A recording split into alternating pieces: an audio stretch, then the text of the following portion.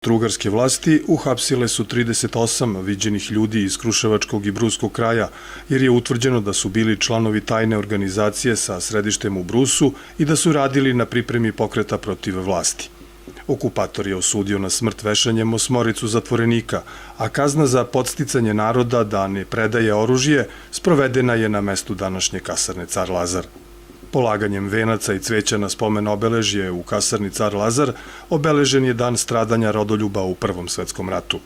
Vence su položili komandant Komande za razvoj Rasinske brigade pukovnik Rade Renjaković, predsjednik Skupštine Kruševca Predrag Vukićević, kao i delegacije Organizacije rezervnih vojnih starešina, Udruženja za negovanje slobodarskih tradicija, Subnora, Udruženja vojnih penzionera i Kola srpskih sestara.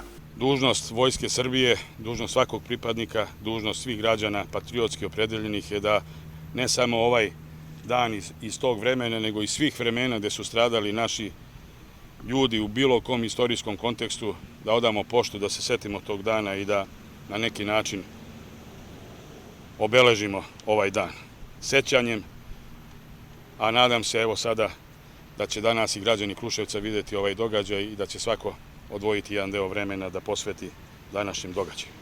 Za Sibina Jeličića, Vojislava Bralovića, Milosava Stevovića, Svetozara Kovačevića, Vlajka Pavličevića, Tihomira Šljivića, Novicu Pavlovića i Dobrosava Pavličevića okupator nije imao pomilovanja i kazna vešanjem izvršena je u kasarni Car Lazar, u kojoj je u vreme okupacije Austro-ugarske od 1915. do 1918.